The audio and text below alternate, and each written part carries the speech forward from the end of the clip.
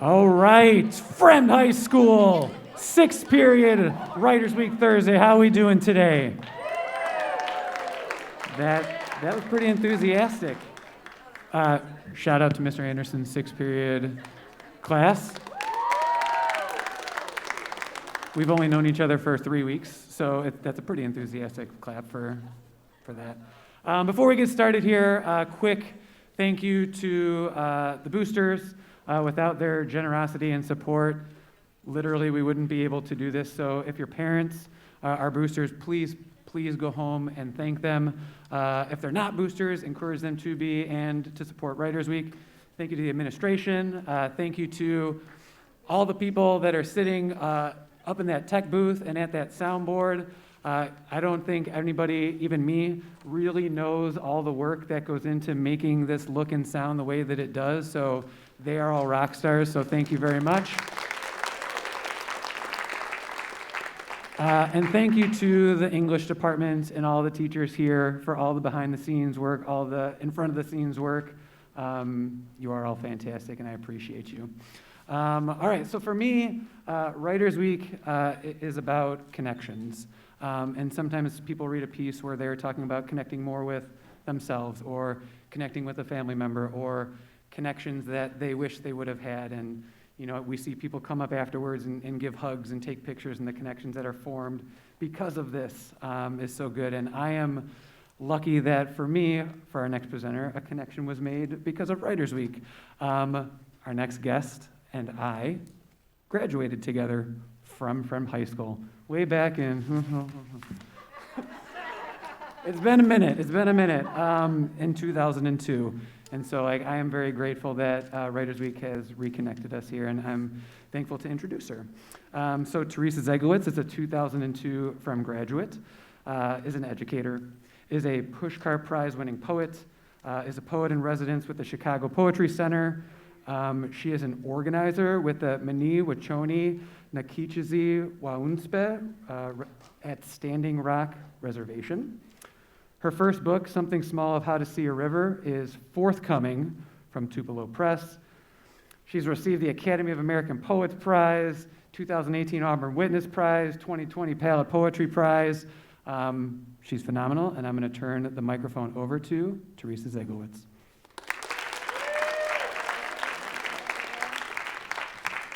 Hi! Oh my gosh, it's just amazing to be here. Writers Week was such a huge part of me becoming a writer. You know, all of those days of secretly skipping physics, and coming to the auditorium and seeing poets. It's just such a phenomenal honor to be here. I can't even express. Thank you so much to Russ for inviting me. It's so good to see you again. Thank you so much to my high school teachers who were, I'm like gonna cry. I'm really kind of emotional right now. Who are just the reason that I am a poet today. So thank you. And thank you to all of you. It's been incredible to see some of the student writers today. You all are amazing. I was just blown away by the stories, the poems, the songs. Yes, it's just so beautiful to be here. So thank you. This is me back in 2002. I tried to find a picture of me at Fremd, but I am disorganized and could not. But that's me in 2002. So again, I loved Writers Week. I loved our English department. And I also want you all to know, I did not ever read at Writers Week. I was so nervous and so scared at that time to share my writing with anybody. So first of all, huge kudos and congrats to all of you who are being bold and who are being brave and getting up here and sharing your voice with people. I also want to say that if you aren't, that's okay too. It's okay to sometimes not feel like a writer all the time, you know, but keep writing, right? And when you're ready, you'll be ready, and you'll be ready to share it with people. So yeah, I am happy to be attending my 5th Writers Week and reading at my first. So thank you to all of you. So I'm going to be reading today primarily, I'm going to be reading today from my first book, which is called Something Small of How to See a River. It's coming out next year. And this book is about the No Dapple water protector movement that happened at Standing Rock in 2016. You were all kind of young. You were young then. Does anyone remember that? Does anyone know anything about what happened there?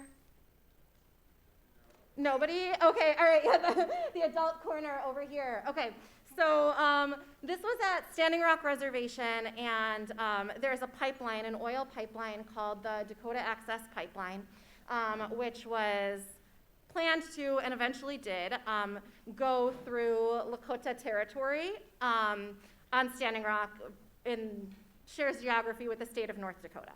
And so this pipeline was coming through. It had been rerouted from a white part of the state because people said that they didn't want it there. And again, the land that it was going through was Lakota land. It's unceded treaty territory. So it's land that Lakota people still claim. And also it was running under the Missouri River, which is the water source for many, many, many, many people, including all of the reservations in the Dakotas. So there was this big movement there. There was this big movement and this camp that sprang up on Standing Rock. And there were up to 10,000 people there at a time, right? There had been no infrastructure on this land beforehand, but suddenly there were 10,000 people. So there were, porta potty system got set up and a garbage system and like medic system and all kinds of things were happening. Food tents, people were feeding everybody, right? It was this giant and beautiful movement that happened. And so I was lucky enough to go there, and my friend Elena she comes up in a couple of the poems, so I want to point her out. So that's Elena in the middle with me. And she started a school at the camp. And because I was a teacher, she asked me to teach at the camp with her. So I lived at the camp for 5 months, sometimes in a teepee, sometimes in a camper, sometimes in a yurt. It got really cold, and it was a really interesting and beautiful and also really challenging time. There was a lot of police violence. Eventually the pipeline did go through. So these are the things I'm going to be talking about and reading about today. One thing I do want to say is this book, tells just kind of my corner of the story. I did write poems collaboratively with some of my friends there. The students at the school have quotes that they've shared with me that are throughout. I also want to acknowledge, though, that there's really a tension in me as a white woman, telling this story. And so that's something I try not to shy away from in the book. But that also brings me to my next point, which I just want to say, always to acknowledge that, we're always on Indigenous land. Here in the Chicago area was the land, is the ancestral land of a lot of different people. Ho-Chunk, Oto, Missouri, Iowas, Menominee, Meshawkee, Sauk, Miami, Wea, Piankashaw, Kickapoo, Anishinaabe, and Potawatomi, right, to name a few. And so that's an important thing to remember all the time, right? But one really, really, really easy thing we can do when we remember that is to read Indigenous writers. So I shared here a list of Indigenous poets. It's a completely inexhaustive list. It's the list I kind of came up with in 5 minutes thinking about Indigenous poets I like to read.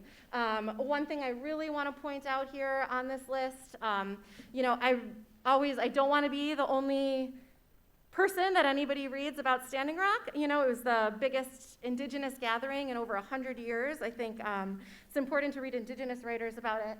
And so the last thing on this list is Orion Magazine's feature on women of Standing Rock, which has poems by Indigenous women about the Standing Rock movement. It's really incredible. It has photographs. I super strongly recommend going and looking at that too. Okay, so here is a picture of the school that we had. There were up to 45 kids there at a time. And this first poem I'm going to read is called Tonight I Haven't Even Said the Word Pipeline. And it's about when the camp started in August. it was really, really, really beautiful, and I think that a lot of the things that got shared in the news were about the violence, about the police violence, and the hard things that happened. And it was important to me as a poet to make sure to share the beauty also, to make sure that that was something that's a big part of this. Tonight, I haven't even said the word pipeline. I peel the tape off these boxes with Elena, open their mouths that sing with gifts of seed beads, neon scissors, fat shimmered spools of sinew.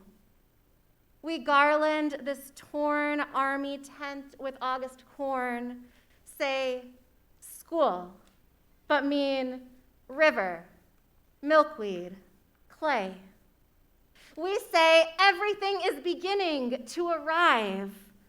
Since the suspension of construction for me, there is only this tent flap lifting, the kids' hands plate-filled, small suns of yellow squash. The ridge where we carry our dinner, new power streaming from the solar panels, swelling the sound of the round dance. And see, elders sipping soup, toddlers wobbly with lightsabers, carrying the gift of sage to us on their t-shirts. Before we have to talk about tear gas and torn down homes, give me this moment again. The rippling circles of tents like jewel-toned fish, votives of teepees flickering across the prairie. Someone says, look, and we turn now toward the bright kernels of stars spread across the tarp of the sky. Follow my eyes and see there, tipping green the poles of the teepees, drenching the night in fuchsia scarves, peeling and curling like birch bark from the Milky Way, the northern lights. And in this second of hushed and held breath, there's so much I don't know about the solar winds, disturbances storming beneath all of this beauty. But maybe this is the most human thing we can do. Look upward, together, as the light changes from green to pink, the aurora ringing all these colors from the dark.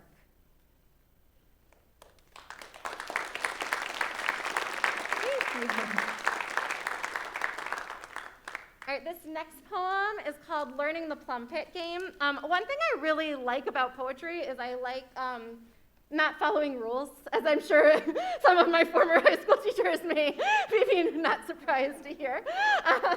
But I really like how much you get to experiment with form and just kind of do whatever you need to do to make the poem work. And so this poem is written in the form of instructions for a traditional Lakota game. Learning the plum pit game. 1, you don't know the rules yet. Sit with the kids in this circle of grass. Listen.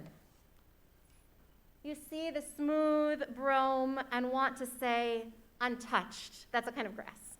And want to say untouched, or soft as a child's head in your lap. Don't. Even grasses have a history you don't understand. 2, you have a partner and opposing team. Take 5 plum pits, painted on one side, some with the tiniest buffalo, other with the winging of birds. These stalks planted here as forage for cattle who were planted in place of the buffalo when they were turned to bleached planets of skull. 3, your turn. Hold these plum pits in the palm of your hand. Shake them like dice. Feel the hoof trying to escape the beak. Roots of native grass hold carbon in crenellated shapes 14 feet underground. We are held here by castles. 4, flick your wrist, open your palm. The kids chant, tatanka, tatanka, tatanka, or zintkala, zintkala. And in the hills beyond here, a bulldozer turns the land like the tossed dreams of fever, and the gases rise like the ghosts of the blue stem, the false bone set. Well, 5, you count your matches and mark your points, and you are suspended in the palm of the prairie.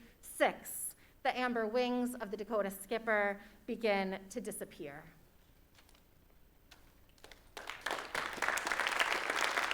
Thank you. All right, this next poem is called Postcard from Standing Rock. This was to my husband, who was remarkably patient with me. As I said, I'm gonna go live outside and not live with you for the next 5 months. And he also was really involved. He's a lawyer, but he's involved legally with the case. But so this is a poem for him. This again plays around with form. So this poem is a mirror. You'll hear it has one set of lines and then a turning point in the middle, and then it repeats that same set of lines back. So one thing I really enjoyed with this book was getting to play a lot with different kinds of form. Postcard from Standing Rock. I wish you were here. I know every day I was supposed to leave yesterday. Pack up the hollow bones of the tent, stop feeling each night like a stowaway in the sway of the grass. But you know how I love this work. The tiny snapping turtles in the river, the wild plums tart on my tongue, my days full with kids weaving drums, the bright sinew holding everything together. You're already back in Missouri, keeping lit our garage sale lamps, when after school, Val and Elena surprised me with the camper. Home, sweet home sign hung on the door. On the deep blue curtains, Val stitched just for me, with strawberry Pop-Tarts in the cabinets, nestling in like honeysuckle nectar. And I know then I can stay, and I will. Nestling in like honeysuckle nectar, with strawberry Pop-Tarts in the cabinets and the deep blue curtains Val stitched just for me, with the camper home, sweet home sign hung on the door. When after school, Val and Elena surprised me, you were already back in Missouri, keeping lit our garage sale lamps, holding everything together. My days full with kids weaving drums, bright sinew, wild plums tart on my tongue. This work, the tiny snapping turtles in the river. No, I love you. But in the sway of the grass, I stop feeling each night like a stowaway, the hollow bones of the tent packed up yesterday. I was supposed to leave. I know. Every day, I wish you were here. Thank you. All right, this poem is called We Don't Know Yet That the Little Girl is Safe. So this is a poem about a time that, as often happens in places with a lot of people, a small child got separated from her family. She did end up, thankfully, being found safe. But one thing this poem talks about is the epidemic of missing and murdered Indigenous women that are in this country. So Indigenous women are missing or murdered at 10 times the rate of other people, and that's just reported statistics. So this poem references that too. We don't know yet that the little girl is safe. Our flashlights weave a trembling net across the prairie, sway for hours like river grass underwater. She's 4, rumor says, last seen with 2 white men. We pass this panicked offering to one another like sharp crusts of stale bread. Sometimes in the dark of a slope, our lights catch the ghosts of other missing girls from each nation whose flag flies above our hand-built home. They're lacing a child's shoe, or a needle and thread, finishing a poem, or a tattoo, an argument, or a college class. busy with everything uncompleted, these women who have not been found. We yell her name again, again, again, each syllable pleading in our mouths like a luminescent shell. The echo catches in each teepee flap, clutches at each blade of grass. We snake our small lights between the ribs of horse trailers, through every ash and cottonwood copse. Every bed is left empty and rumpled, every sleeping bag splayed. Some of us begin to unzip each tent, and by the bank of the river, some kneel, shining what beam they can toward the bottom.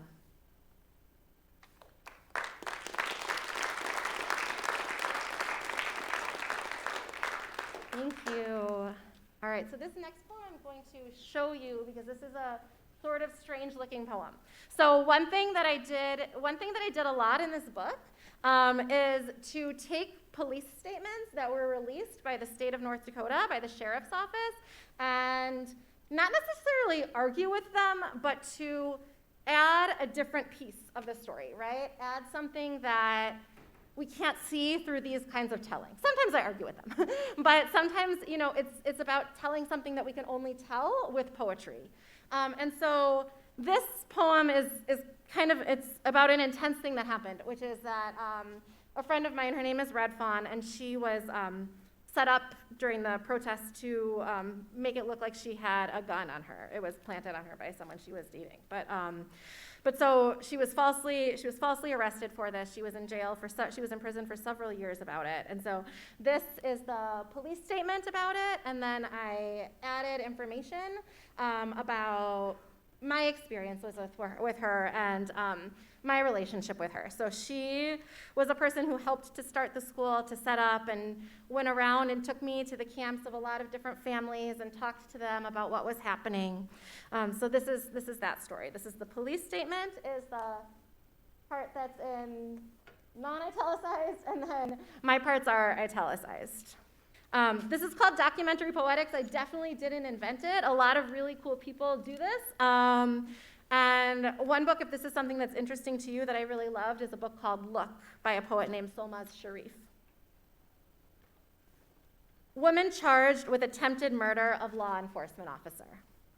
Date, October 31st, 2016, agency Morton County. Mandan, North Dakota. The Morton County State's Attorney's Office charged 37-year-old Red Fawn Fallis, who called me chitty chatty bang bang as I trailed her camp to camp, who marched a waving rainbow of ribbon skirt through still tall grass, with attempted murder, Class A felony, preventing arrest, C felony, carrying a concealed weapon, a bag of flat leaf cedar for ceremony in the band of her skirt. She held the resined needles between us, and they branched like capillaries, which is to say, like prayer. A misdemeanor, possession of marijuana. B misdemeanor, criminal conspiracy to commit endangering by fire. She offered tobacco, asked elders what they could teach. Beadwork, they said, hand drums, stories of Iktomi and the duck's red eyes. She wrote answers in her pencil's soft lead. C felony, maintaining a public nuisance. A misdemeanor, and engaging in a riot. B misdemeanor. In September, before the oil money spotlights, we were guided only by pollen-scattered stars and red fawn, though the plains grew thigh-high and we worried for snakes. You led us, your strong boots bending the stems to bring us home.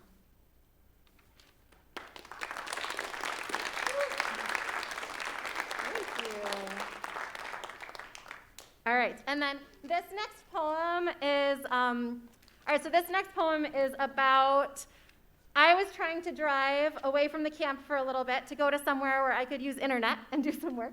And the kids came and took over the car.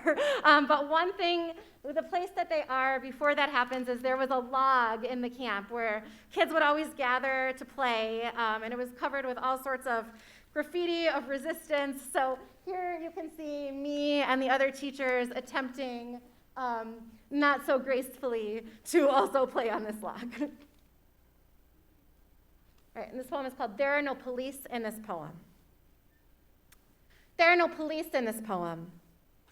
Only the kids balancing in their snow boots, the log beneath them rainbowed in resistance slogans, slush gray light interrupted by the bright flags of their arms. They waved down our car. Teachers, teachers. We unclicked the loose tooth of each manual lock, and the dinged up doors, full weight of the kids on their handles, fly open like the arms of startled infants. There are no police in this poem. Only Shawnee Ray, my foot as her springboard, vaulting to the council, asterisking my borrowed skirt with the juice of her gas station pickle. Only Shelby's hands winging my books from the back seat, and Shaylena, who can't be bothered, wedging her knees into the narrow volumes of poetry, slick picture book covers. I'm saying there are no police in this car, where Frankie lunges over everybody, her arms and long black cape of a coat wrapped around baby Dylan, Marshmallow Man in his snowsuit, fingers Sour Patch sticky. Somehow, suddenly, my hands, my feet are off the wheel, the pedals. I am ankle deep in the snow. All the teachers are shivering spectators of this wild joy. And I can see it doesn't belong to me, but I can love it anyhow. There are no police anywhere. As Emma's elbow pokes the horn, beep, beep, beep, jostling through the snow muffle of prairie, as Raina and Nyla and RJ co-sardine the driver's seat, getaway curls smushed on the felt of the ceiling. There are no seats left in the car, so Michael and Layton scramble to the windshield, sprawl on the roof. There are only the kids shouting the ecstatic tally of themselves. 1, 2, 3, all the way to 14, as they take this frame that looked so inflexible and there, make space for each of their bodies.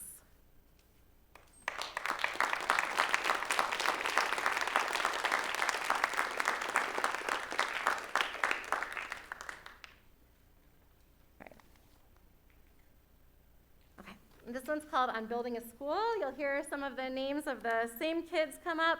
And one thing that's actually occurring to me as I'm reading these poems is, the kids are not little kids anymore. This was in 2016. And so actually, you all are the same age that my students at the camp were. So yeah, probably about the exact same age. So this is, they were 7, 8, 9 in 2016.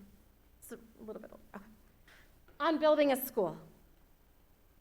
Shaylena, age 9, of hot pink coat and perfect scrambled eggs, presses her Velcroed boot against the wire of ice and barbs, opens the fence that keeps us from the river.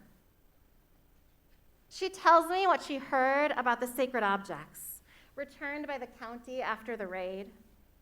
Hand-fringed hide of the chanupa bags, deer given skin of the drums, stained yellow with the piss of police. I crawl through the passage, past the cottonwood choking with leafless vine, the abandoned nest of the snow bunting preserved in its sheath of ice. She speaks of these handmade objects, and I think of what we are trying to build. this idea we call a school. I think of a friend who said, Native tradition creates beauty in every object, a reminder to care for what you have. I've spent years with the disposable test booklets, the tiny eyes of each multiple choice, classrooms with 4 reliable walls, years believing I could know what was best. Shailena of 6 sisters, of telling adults to stop screaming about cops and scaring the kids, leads me down a sandy slope away from the road that spins with pickup trucks packed with lumber, ladders, tent poles, these fragments that will rebuild the homes that were taken last week, rebuild homes we all know may be taken again. We dip to a slim cuticle of a bank, frozen, freckled today with trash. Months ago, the kids built a ramshackle bridge here. The driftwood glittering with algae, the splintering damp in the sun. They climbed to the edge, unbothered that the bridge reached no certain bank, scrambled on scraped hands and knees, and trusted the rotting of the wood, or maybe trusted even the fall. The first time somebody mentioned staying through the winter among the horse games and giveaways of August, I laughed. The story of my skin made me believe we'd win history quickly. Go home. How will I know how to name this for the kids, for myself, if we fail? Shailena digs in the cold sand, unearths a Skittles wrapper, the rainbow mud fossiled into brittle bird. I am about to warn her to stay away from the water's cold edge when she slips the trash gently into my hand, says, "Sha." Next, hands me a crinkled Lay's bag, says, "Ji." A ramen wrapper, "Shaji." She hands me each Lakota color, picks up each piece one by one, as if we'd never heard the ambulances screech from the road, as if the helicopters didn't scar the air with their mosquito song. She names each item as if there was no other sound in the world for what we held in our hands.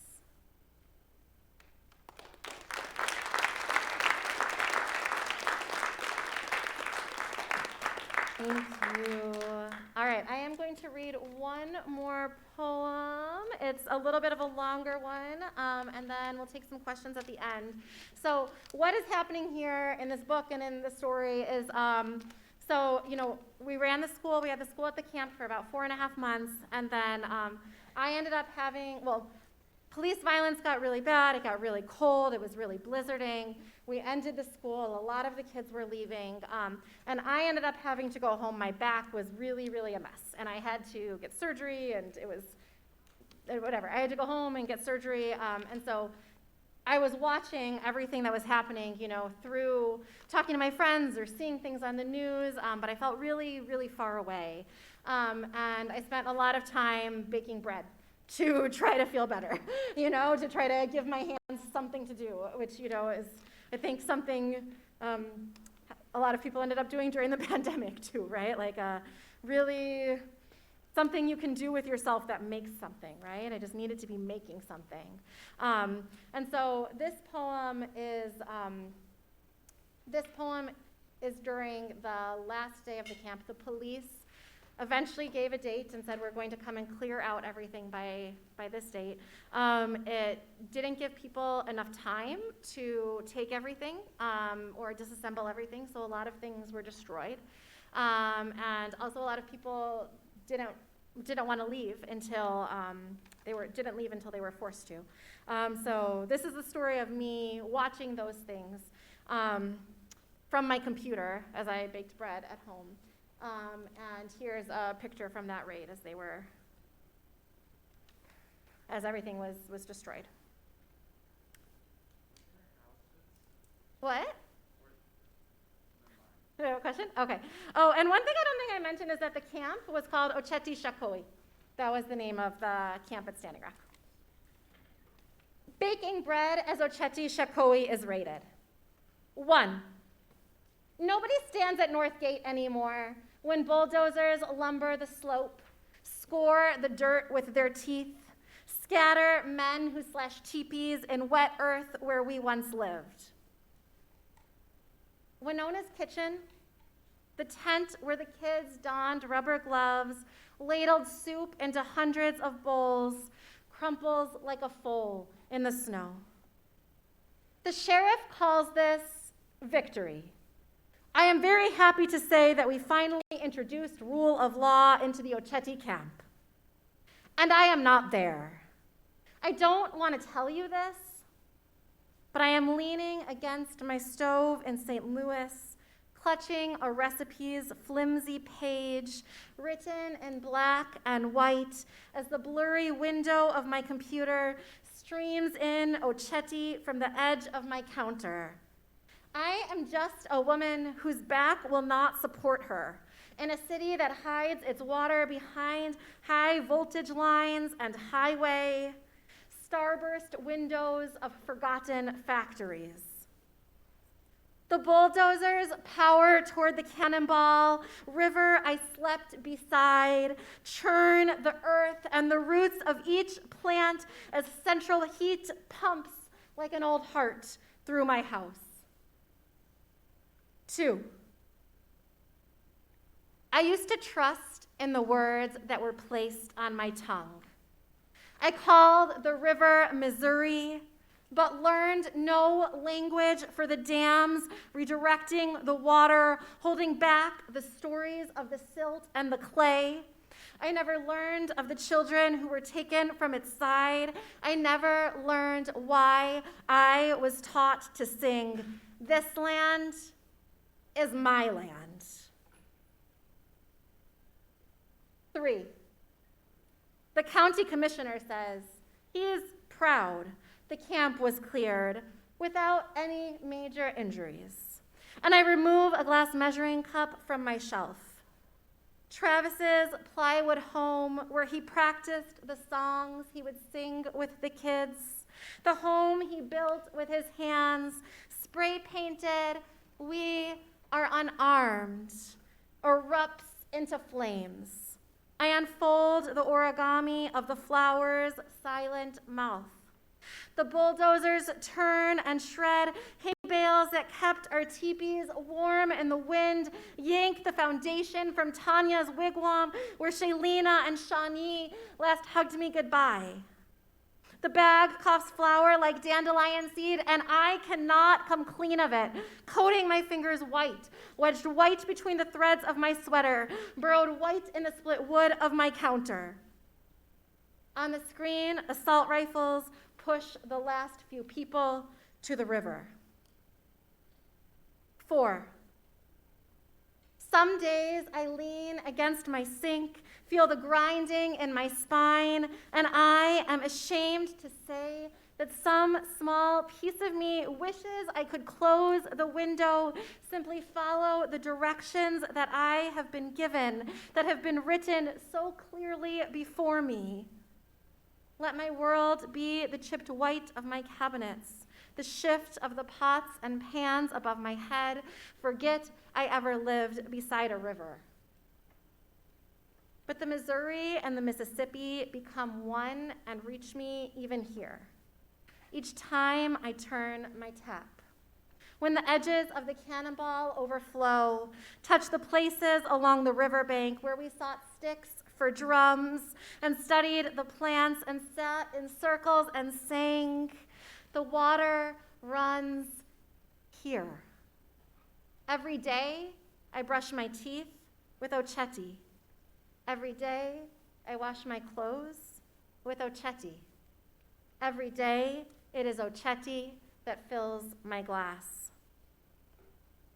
5, on the feed, the soldiers are chasing Eric, who made tea for our coughs, dipping into jars of marshmallow root and ginger and osha. Once He measured herbs with the kids as I measure my water to the line, stir until strands of gluten begin to form. The camera bucks, and I see only a river of sky, and Eric is screaming. 6. The governor says he is glad the efforts have gone so smoothly. And one by one, each feed blinks out. What we built is now just mud and sleet, ash and firewood, broken by bulldozer chains. Still, I see the sacred fire in the summertime. Frankie braiding my hair in the food line, Wolf and Junior grass dancing in the firelight. I don't know when the pipeline will run beneath the river, when the water will brush its strange plastic tubes before it reaches our lips. I don't know if this bread will ever rise or when or where the first oil will leak. But I am learning something small of how to see a river, to see the drowning hidden beneath the water, and see also the kids on the banks covered in temporary tattoos, hair spiked from days of swimming. They are praying for the construction workers. Help them understand their kids drink water too. Tobacco sprinkles from their fingers is taken in the breath of the current.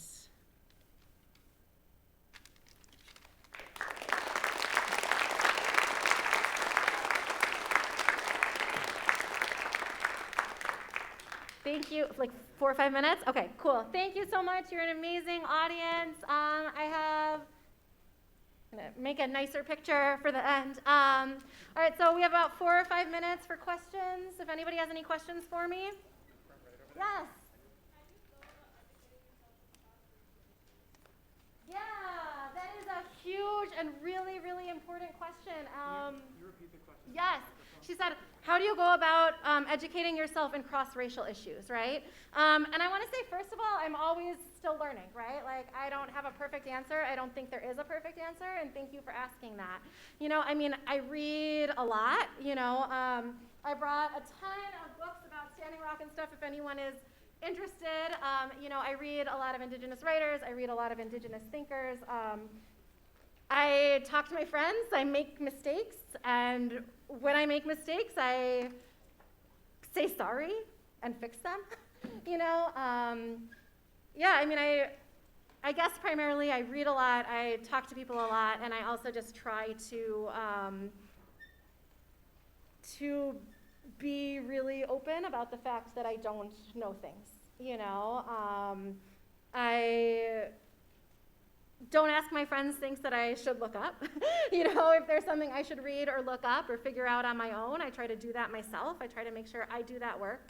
I try to be really open to changing and to learning and figuring things out. And again, I'm not perfect, so you know, I say sorry. I say sorry, and I keep learning, and I keep trying. I don't know if there's not really an adequate answer to that question. You know, do you have any follow-up or? No, you have amazing energy. Oh, thank you. Thank you. Yes. So in that last poem, you Yeah. had a lot of themes of like anger, remembrance, guilt. Yeah. Can you like take us through your thought process of how you wrote that poem and like how you felt while you were writing it? Ooh, all right. Yeah, this poem went through like 17,000 drafts, right? I mean, this was a really, really, really hard poem for me to write.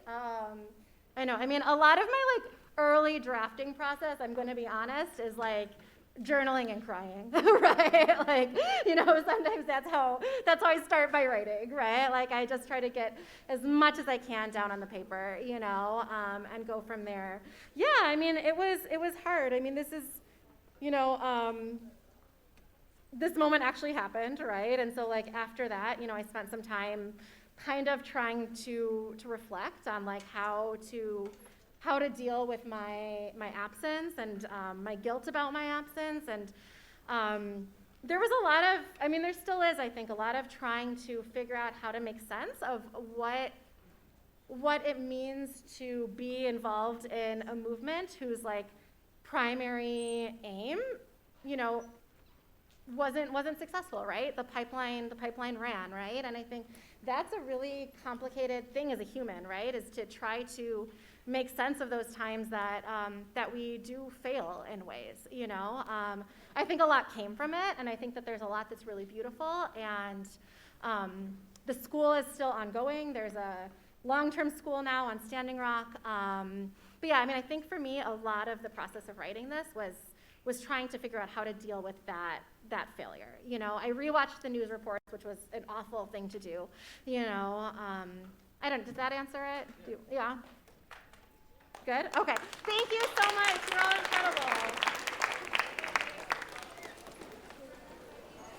right, I'll see you tomorrow, 6 hours. Great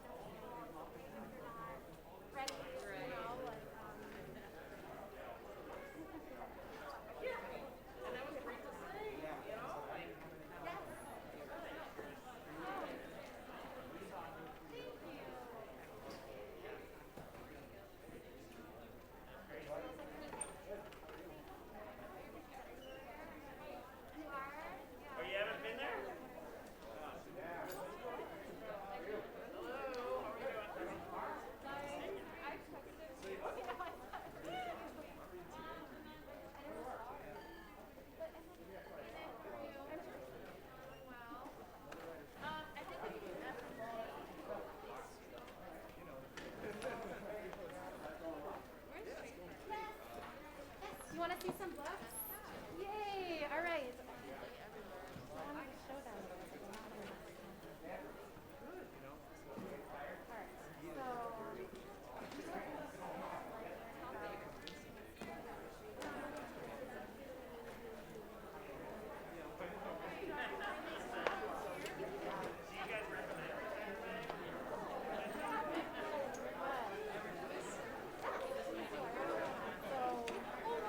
This one is a great starting place for learning about Indigenous issues. This one's great for thinking about